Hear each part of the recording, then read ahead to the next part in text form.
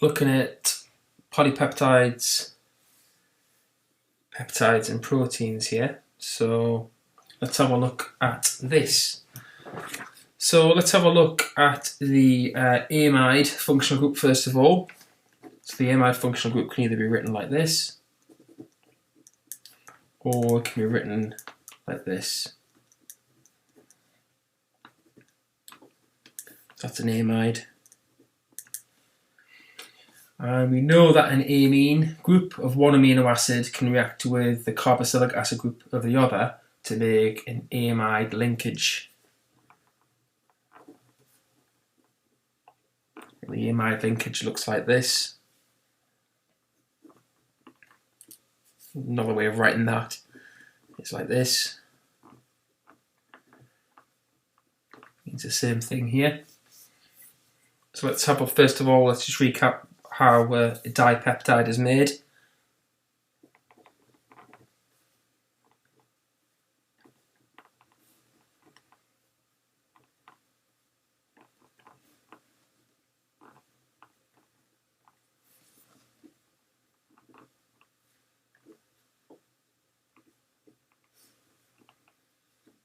So we have a couple of alpha amino acids here with different R groups, and they can link together, eliminate a molecule of water to make a dipeptide. I'm drawing the dipeptide now.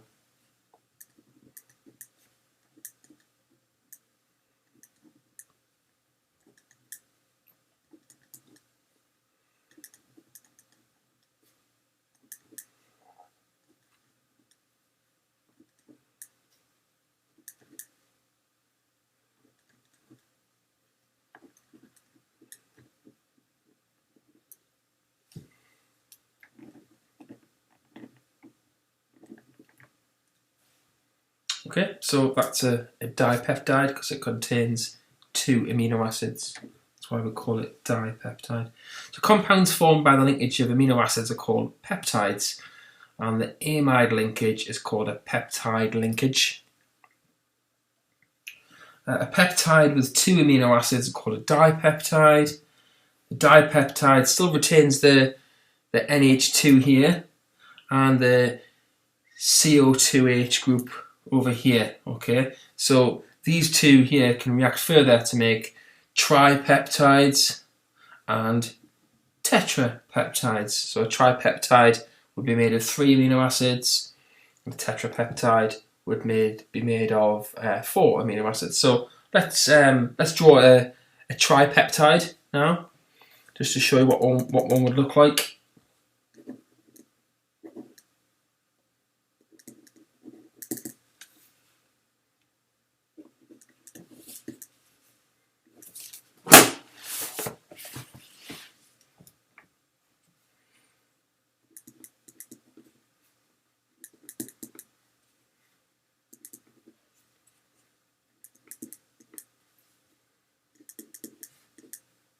So any peptide still has that NH2 group on one side and the carboxylic acid group on the other side.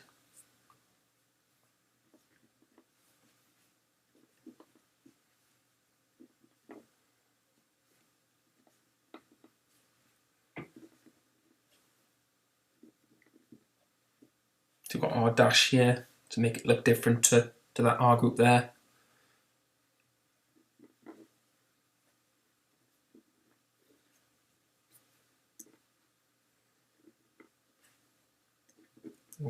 R double dash there as well there. So we've got 3 amino acids here that make this tripeptide.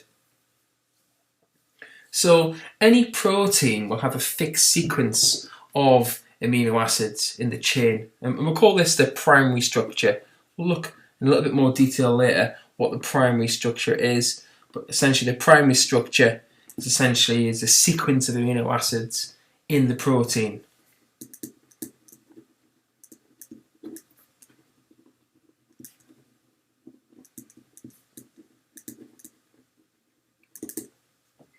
So an example, the protein insulin. Insulin was the first protein where they actually sequenced the order of the amino acids. if you do biology, we know that insulin is the hormone controlling sugar metabolism. Okay, and the sequence of amino acids are alanine, and then glycine, and then so on. Okay, and it goes like this. You don't need to learn this, but this is essentially the sequence of amino acids in insulin. Okay, and this is the primary structure, how these amino acids are ordered together. And obviously, if we changed the sequence of these, it'd be a completely different protein.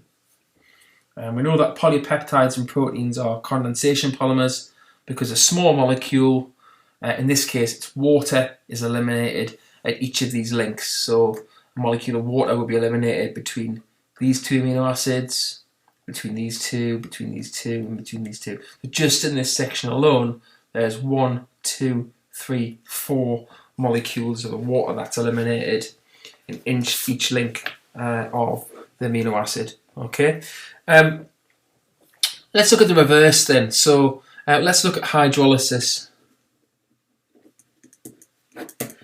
So when a protein or a peptide is boiled with hydrochloric acid, the concentration is really high. It's not totally concentrated though, there is still water in there.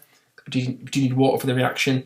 So a concentration of 6 mole per decimeter cubed for about 24 hours. It breaks down to a mixture of all the individual amino acids that make up the original protein or the peptide. And all of the peptide linkages are broken, or we say that they're hydrolyzed by the acid. Okay, so we're looking at hydrolysis here. I'm not going to draw a massive protein, I'm just going to do, I think, probably a dipeptide here. I'm going to show you how you would hydrolyze a dipeptide.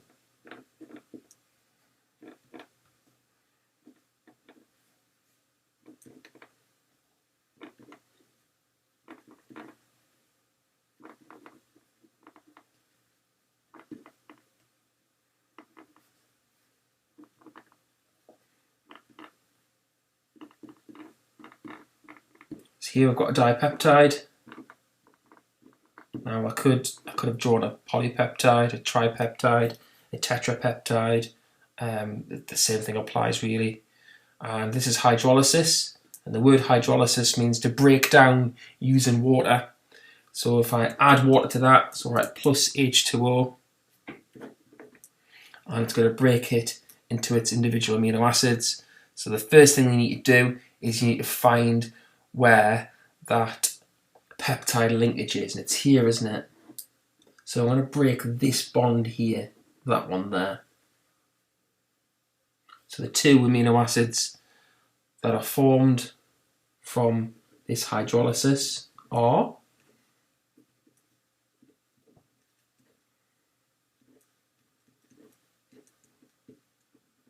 there we go, so that's this one here.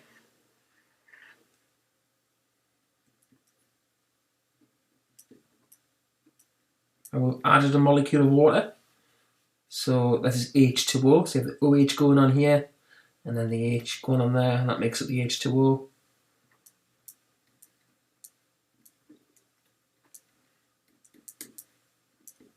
There we are. That shows you how you would hydrolyze this peptide link. And for every single link that you've got in your structure, you need one molecule of water. So for a dipeptide, you need one molecule of water. For a tripeptide, there would be two linkages, wouldn't there? One there and one there. So you'd need 2 molecules of water. A tetrapeptide, you'd need 1, 2, 3 molecules of water. Okay. So you need to know the conditions.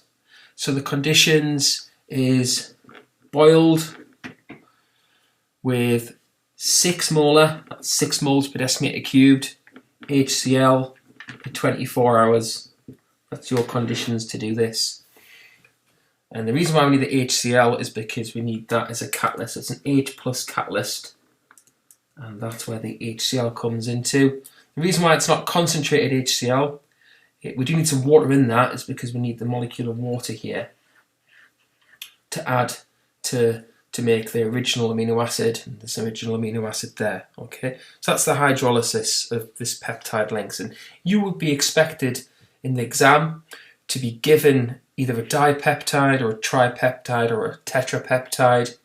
So what I suggest you do is you draw some dipeptides. So all you need to do is just change these R groups and put anything you like on them, to be honest.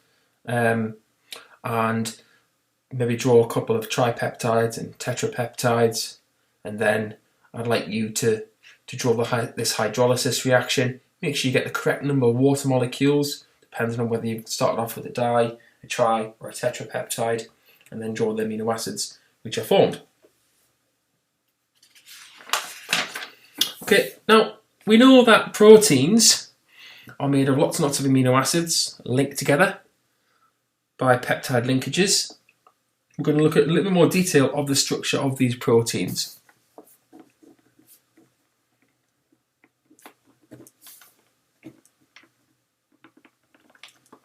So proteins have really complex shapes which are held together in position by lots of different types of forces. Okay, so complex shapes held together by lots of different forces. And let's have a look at those forces. We've got hydrogen bonds. So they're held together by hydrogen bonds. They're held together by what we call sulfur-sulfur bonds, so sulfur-sulfur, SS bonds. And they're also held together by ionic attractions. And of course they're held together by van der Waals as well.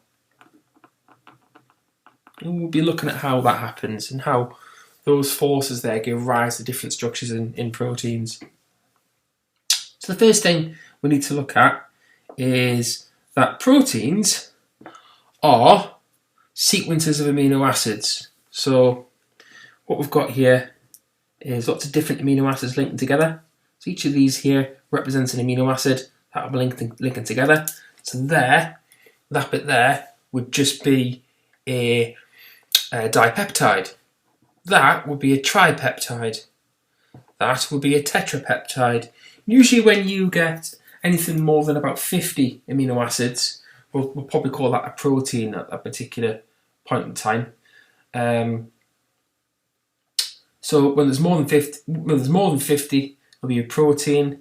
If it's sort of like more than 4, but less than 50, it'll probably be called like a polypeptide. Okay.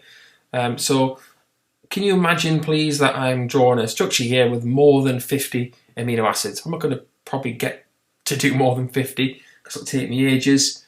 But you imagine there's more than 50, so I'm drawing a protein here. Right, so all the amino acids are linked together and they form this sort of coiled shape.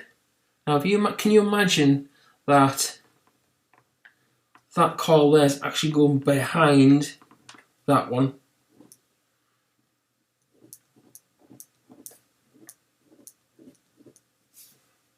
So it forms like this helical shape. A bit like a slinky spring, I suppose. Or coiled rope. All these amino acids linked together. I think I should have been a biology teacher. Actually, if not, this is just chemistry really, isn't it?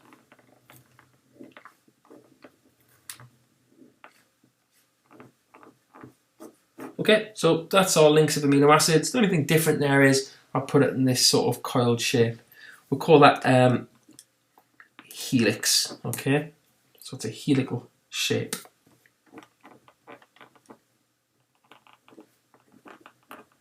Don't forget that we draw a protein here. And these are the amino acids.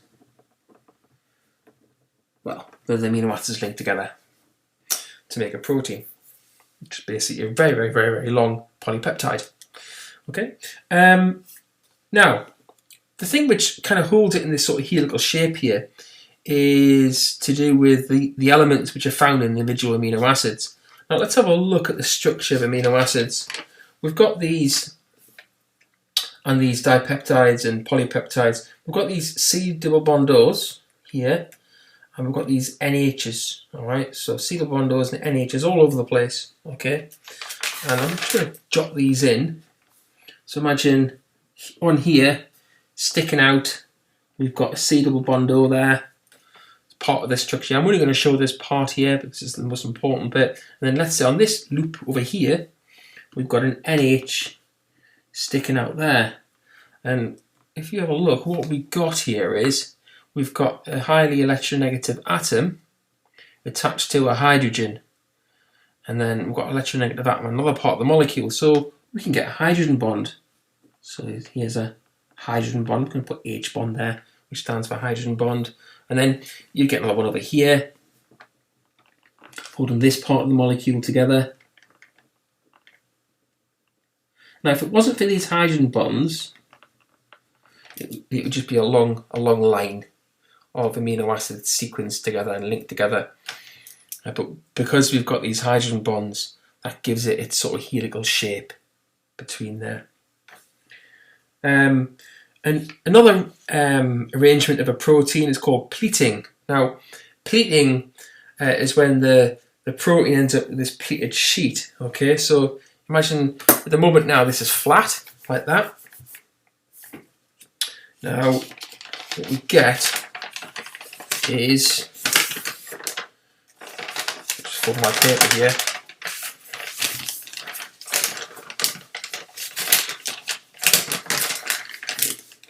It's better than trying to draw in 3D. Yeah. The whole structure of the protein here ends up pleated, okay, like this. Alright, and it's the hydrogen bonding which is responsible for that, okay, which kind of pulls it together like this, okay, so it's not flat, alright. We'll call that a pleated sheet.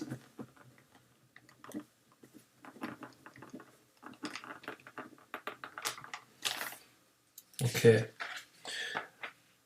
What we find is that certain enzymes would partially hydrolyze specific proteins. So, for example, the enzyme trypsin will only break down the peptide bonds formed by lysine and I think it's arginine. And detective work based on this and other techniques enables chemists to find a sequence of amino acids in different proteins. So basically, to find out what the sequence is in a protein, you basically destroy it. You hydrolyze it and you break it up. And you break it up with enzymes, because only certain enzymes can break certain linkages between certain amino acids, you see. So there'll be a specific enzyme which breaks that bond, specific enzyme which might break, let's say, that bond, and then you can, based on which enzymes are working, you can sequence particular proteins.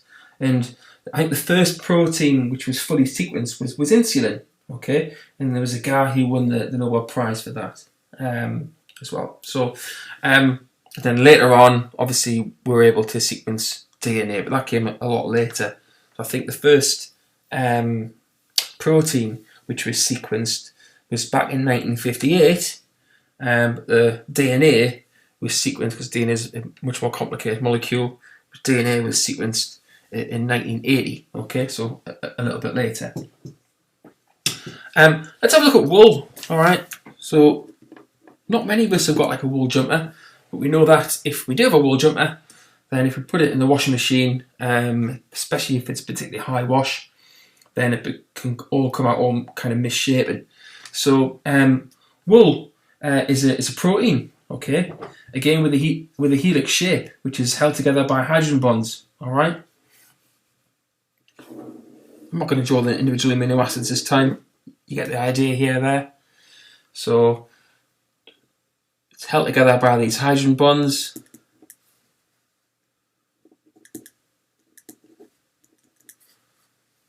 Hydrogen bonds are fairly strong, but they're not that strong. And we know what happens when we put a wool jumper in the washing machine. If you put it on a too high wash, let's say you put it on a 50 degrees Celsius wash instead of 30, alright, you do that instead, you're in trouble. I've done that a few times. Then what happens is you actually break these hydrogen bonds. You can break these bonds if you use a high temperature. If you break these bonds, then the wool doesn't have this uniform shape anymore. So when you take your jumper out of the washing machine, it's going to permanently break these hydrogen bonds, and then it'll permanently lose its shape, and you can't get that particular shape back again. So that's why you don't put your wool jumper in the washing machine. Okay, let's have a look at other types of bonding in proteins and amino acids. So we've looked at hydrogen bonds. So hydrogen bonds, just recap that. You get them on C-double bond O's and between NH's within the structure. I also mentioned back here that we have these ionic attractions as well. Let's have a look at those. And to have a look at the ionic attractions, then we need to remember that these original amino acids can be protonated or deprotonated. So you can take a H plus off here and deprotonate it, or you can put another H plus on the amine part and protonate, and that can happen in the structure of a protein as well. All right, not just within the original amino acids. So what you get is this. So you might have an NH3 plus group, which is basically that end of the amino acid here, with another H plus on it here, and an attraction between that and then this end of the molecule here, which is negative. So another part of the structure of the protein.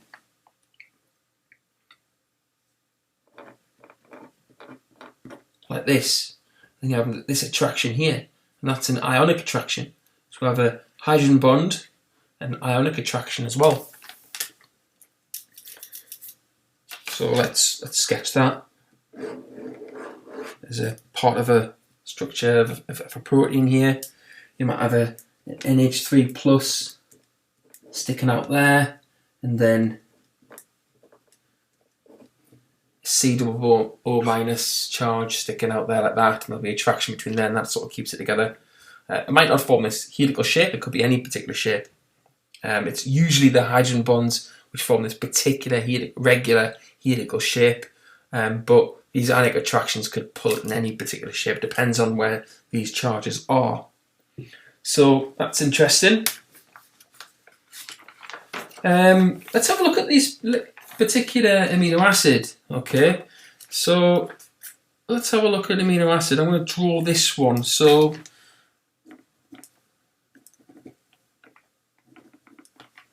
here's a different amino acid, and the R group in this case has an element which you've not seen so far in amino acids. This is our R group, and here we can see we've got in that R group we've got the sulfur amino acid. Okay, you don't need to learn the names of these, but I'll write it down anyway.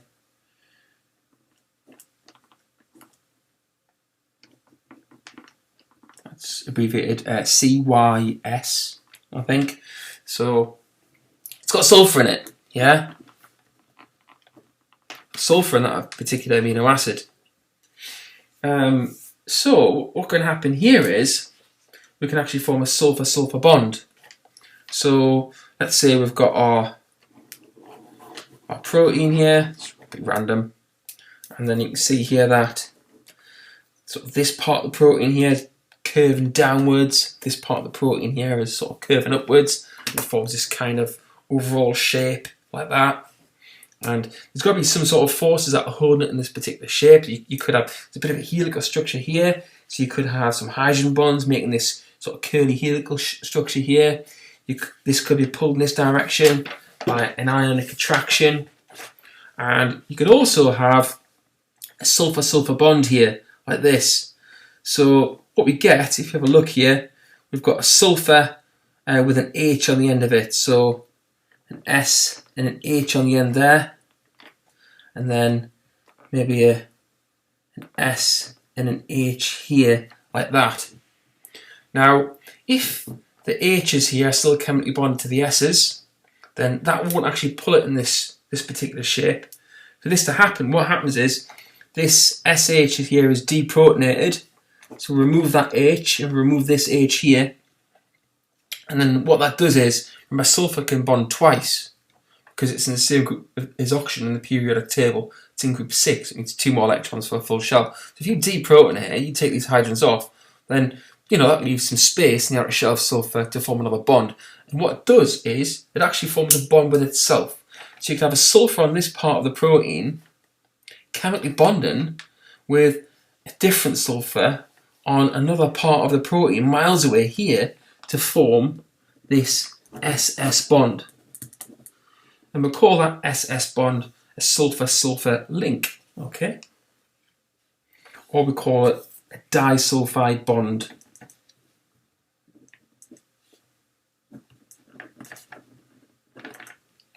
So we have a disulfide bond here. We could have an ionic attraction here, and we could have some hydrogen bonds there holding this helical structure in shape. So there's lots of different forces which hold it together.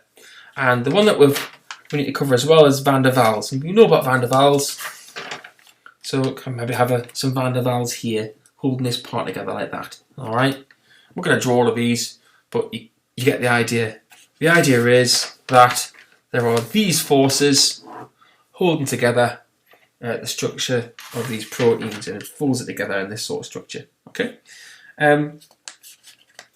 Now we're going to look at the structure of proteins in a bit more detail, and we'll look at enzymes in the next little subtopic as well, 30.3. So the shapes of these proteins are of great importance, really. Many techniques used to determine the secondary and tertiary structure of proteins. We'll go on to that in a second. Or X-ray diffraction, but we're not going to look at that now, okay? What we're going to look at now is the differences between the primary, secondary and tertiary structure. So let's just recap what we meant by the primary structure.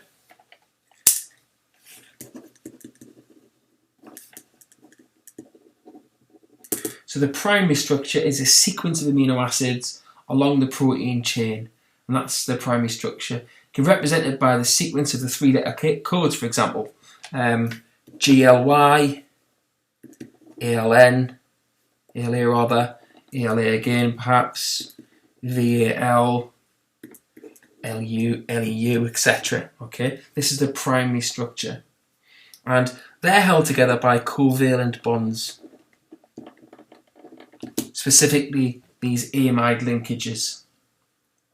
And the structure, because they're held together by covalent bonds, these are quite strong.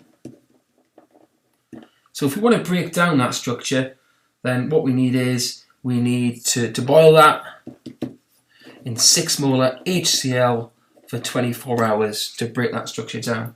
It's quite harsh conditions. So that's the primary structure, which is basically the sequence of amino acids in the protein. Let's look at the secondary structure now.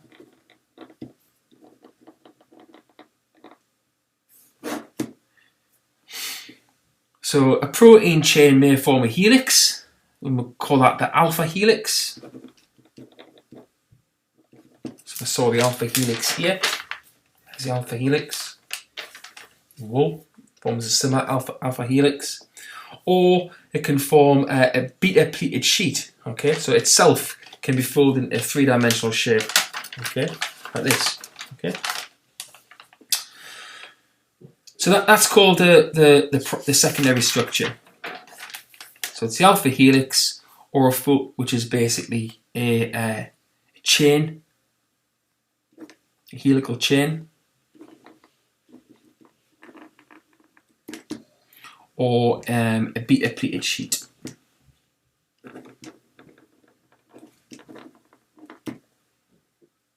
Okay. And we know that they're held together by hydrogen bonding between, for example, carbonyl groups and NH groups.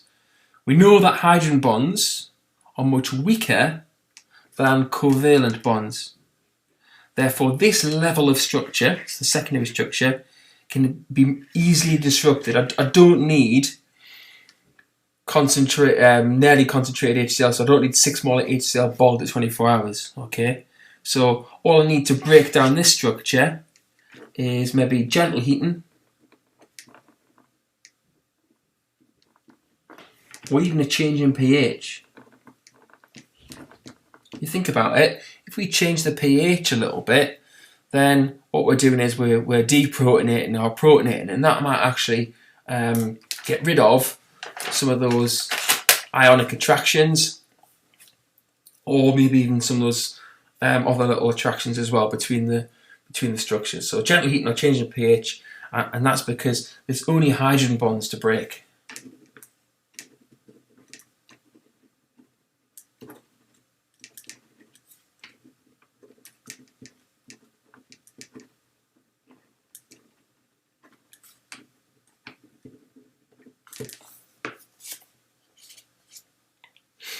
Okay, right, last bit.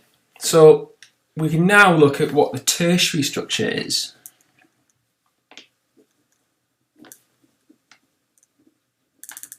So the alpha helix or the beta pleated sheet.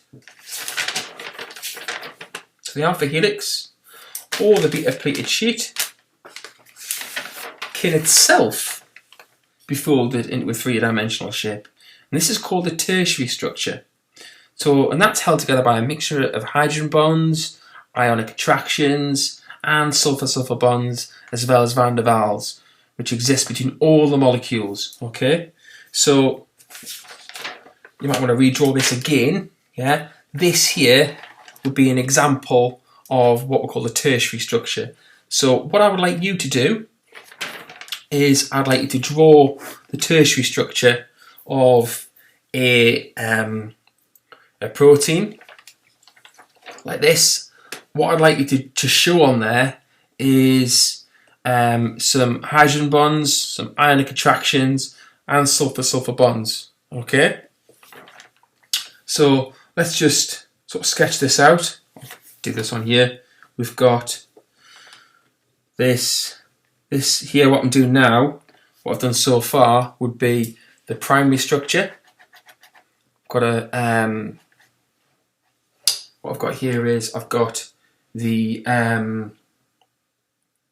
hydrogen bonds, which form this sort of, sorry, beg your pardon, this bit here would be the primary structure, which is just a sequence of amino acids. You see that very carefully there. I put 3 amino acids in that sequence there, 4 amino acids, etc. This is the primary structure. When I start calling it here, that would be the secondary structure.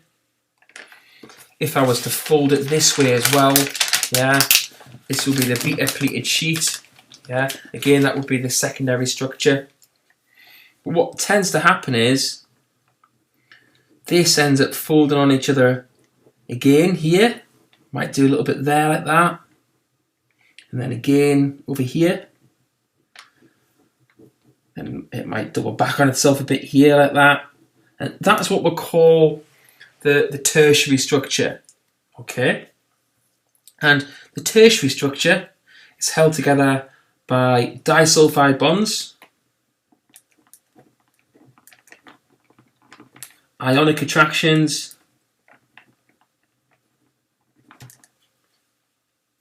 hydrogen bonds. Okay, so that's all held together, holding together the tertiary structure. Okay, so hydrogen bonds, disulfide bonds, ionic attractions, and van der Waals.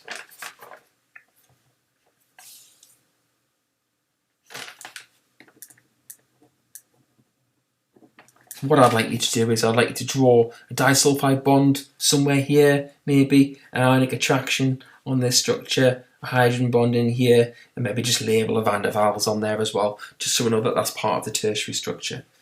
Okay.